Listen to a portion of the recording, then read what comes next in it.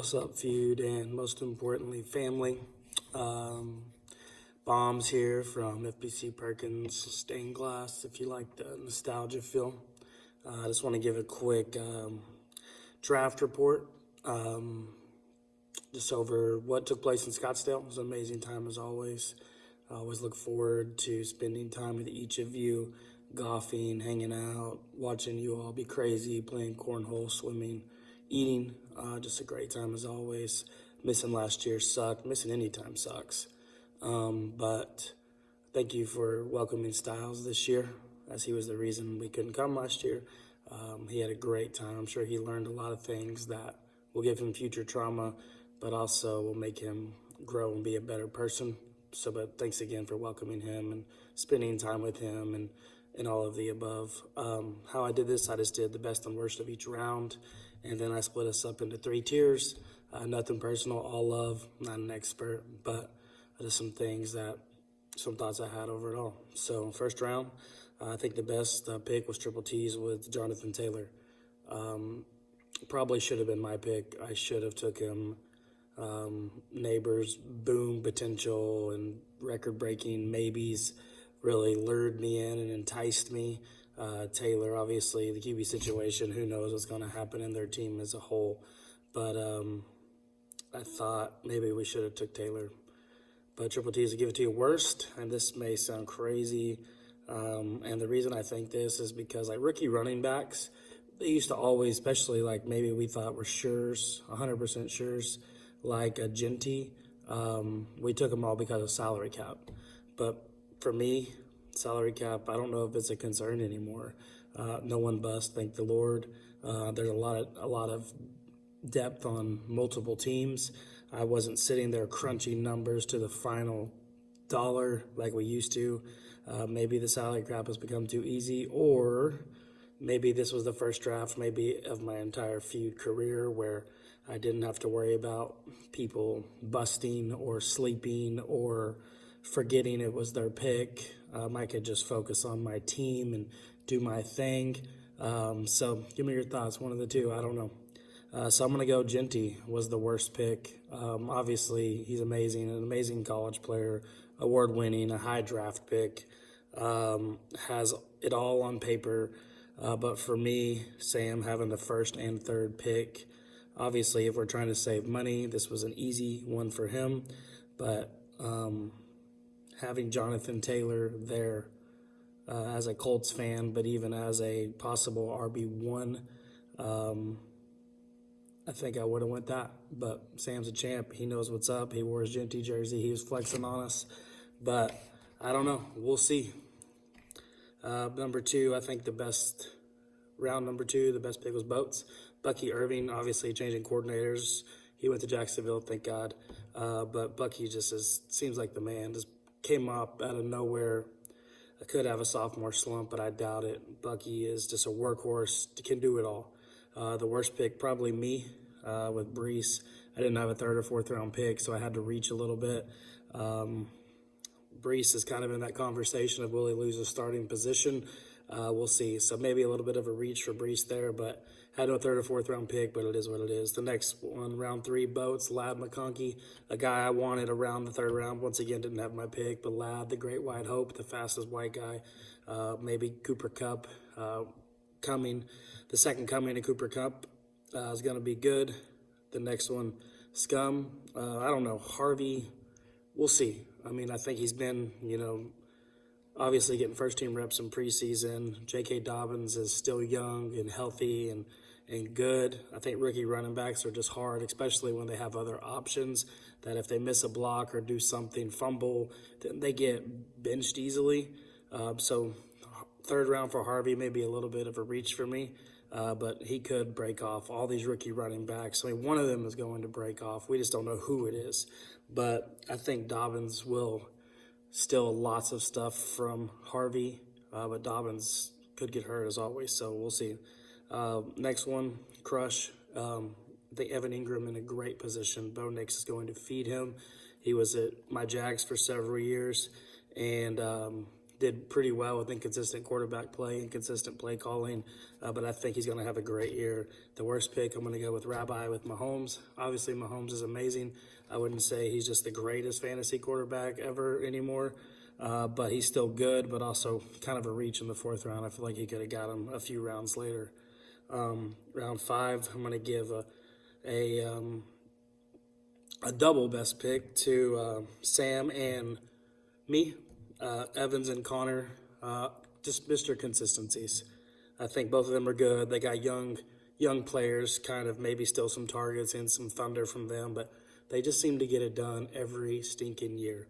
So I'm glad they're on. Connor's on my team. The worst pick, just funny. Triple T's with Travis Swift. Congrats, shout out. Y'all know I love Taylor for lots of years, so it's good to see her finally settle down. She'll probably have no more heartbreak songs we all love. And then Travis kind of wind down into his career. Lots of talent, but will he be checked out? Who knows? But amazing talent, been good to us for lots of years. But Travis Swift there. The best one, for me, it was kind of between me and Triple T's. Ricky Pearsall, somebody's got to catch the ball from Purdy. But also Tyler Warren and Egbuke for me, just 2 good rookies. Possible best rookie tight end and Egbuka until Godwin comes back. Going to take lots of targets. So the worst one, crush, Shakir. Lots of targets to go around in Buffalo. Obviously, Josh Allen's the man. Shakir broke out last year, kind of fighting an ankle injury. So we'll see. But will Coleman step up? Palmer's there. Shakir, Kincaid, still Cook, still. Who knows? The next one, round 7, Sam, Matthew Golden. I think he's going to break out for them. So rookies are hard, but the Packers will throw the ball. So we'll see. Bombs, I just put DK because why he's not on my team anymore. I think he'll be good for the Steelers. Can't stand their offensive coordinator. So who knows what's going to happen with them. Is Aaron Rodgers done or will he come back? But if the guy's not on your team anymore, it can't be a good pick. The next one, Guns, Scattybo. Obviously, probably our favorite college football player to watch last year. You just never knew what he was going to do. Tyrone Tracy is above him, but Scattybo can do it all. So the worst pick that round, Hold My Beer, Judkins. Is he in the NFL? Is he going to sign? Who's he going to beat up? Who knows what's going to happen there? You know, we do the draft a little bit early, so hindsight, but who knows what that's going to be. The next pick was kind of didn't know who to pick. I mean, nothing really stood out in the 9th round, so I just went with Kyler Murray. Has all the potential, has all the talent. Will he get it done? I don't know. But I had to pick somebody, so I just went Kyler.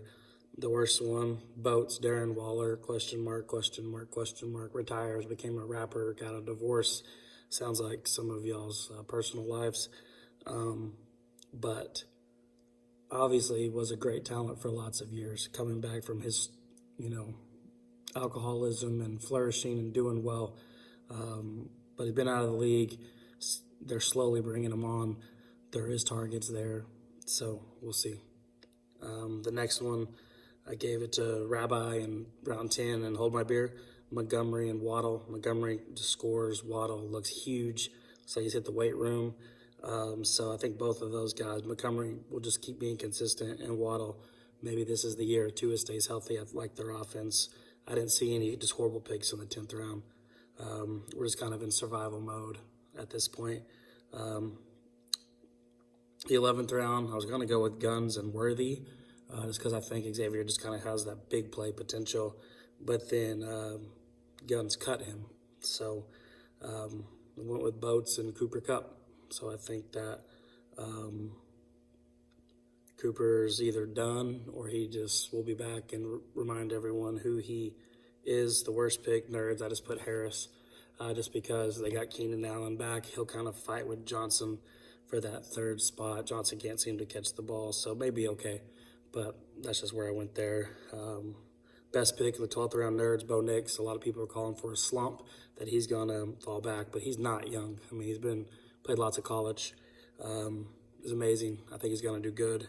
Sean Payton obviously puts his quarterbacks in positions to succeed. the worst pick, Rabbi A.J. Dillon, head scratcher for me.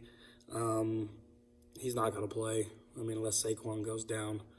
But he didn't do nothing in Green Bay, and I don't think he's going to do anything in Philly. So, but then Rabbi redeems himself for the 13th, takes Tucker Kraft, kind of a sleeper for some people. I think he's going to have a great year. Not really a worst pick in that one either. Like I said, just survival mode. 14th round, we're kind of getting to the end of it. Nerds takes Debo.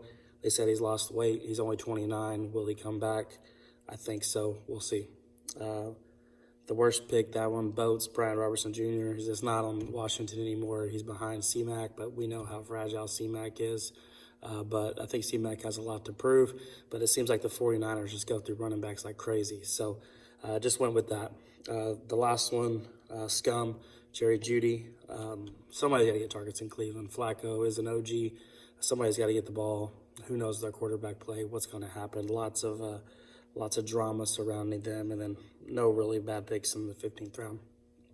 So just to finish this, overall, I thought it was a good draft. Like I said, nobody busted. Some teams, I think, could have had more depth, lots of reaching early in some things. But overall, I would say just a good draft. Lots of probably the strongest rookie class we've had in a while. But rookies, you just never know what's going to happen. So have us in the tiers. We'll just start with tier 3. I have Rabbi, Scum, Guns, and myself. Rabbi is starting 3 Lions currently. He has lots of tight end depth. I think he's going to struggle on who to start. Scum, I think some of her wide receivers have shaky quarterback play, and I don't see a lot of depth there. She was the one, I think, taking a lot of rookies early, and you'd go to pick a rookie and you're like, well, they're already gone, and it was probably Scum. So, but she knows, so we'll see. But I think a lot of her team has shaky QB play. If that QB play shores up, then I think she'll move up. Guns, I think his team is like, what's A-Chain going to do? Obviously, the dude is a freaking stud. He gets opportunities. He's amazing. Will he stay healthy? Will the Dolphins stay healthy? But also, it looks like he hates his own team. He's already had 17 transactions compared to 3 by Boats, 4 by Triple T's, 8 for Hold My Beer, 3 for Sam, 6 for Nerds, 1 for Crush, 0 for Rabbi, 0 for Scum, and 4 for Bombs.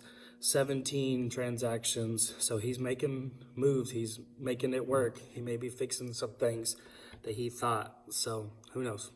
And then myself, we kind of have the running backs who are, they could lose their jobs. Brees and Connor have those young guys kind of nipping at their heels. They may be amazing, they may not. And then Kyler, who knows? I like him. He was kind of the guy that was in my brain, like, get him, he's going to bounce back. But will he bounce back? I don't know. If he doesn't bounce back and these guys lose their jobs, I see Bombs in the minors. My wide receivers will keep me in it. But if one of them have a bad week, then I'm probably screwed. Tier 2, Hold My Beer. I think he's one that could easily get to tier 1 depending on C-Mac and Travion. If C-Mac returns to him and Travion becomes who we think he is, then Hold My Beer, I think, will be at the top. Sam, I don't know. He had the first and third pick. I think his team is good, as always. Sam just always fields good teams or makes moves so he can have a good team the next year. Said I'm still not letting go of the Jonathan Taylor decision, but said he's a champ. He knows. But that's why he's in tier 2, not tier 1. Nerds, I see a lot of wide receiver twos, a rookie tight end similar to Bomb situation. Either one would be good. And then are the experts right about Bo Nix? We'll see. Could be wrong, but and then Crush, I think Kamara may get traded this year. Is the year to get traded if he will. And then Warren or Johnson, kind of, who knows what's going to happen. There's so many what ifs this year, I feel like, especially with running backs on who's going to take over, who's going to be consistent.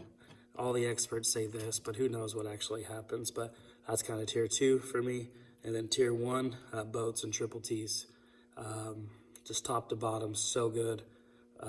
They got it going on. They may struggle who to put in the flex every week. So just hoping they pick right, I think will kind of keep them at the top or have them second guessing, keep them up at night. Both of them are champs and great owners, so I think they're going to have great years. I think it can go either way. Fantasy is a game of luck and staying healthy and working the waiver wire, and I think that championships don't seem to be won in the draft unless you just have lots of early picks. It's through the waiver wire and through making trades and through doing all these things. So once again, love you guys. If you watch this or not, no worries, but I just wanted to do it for me, just to keep some tradition alive. And love you all. Looking forward to a good year. God bless. Peace.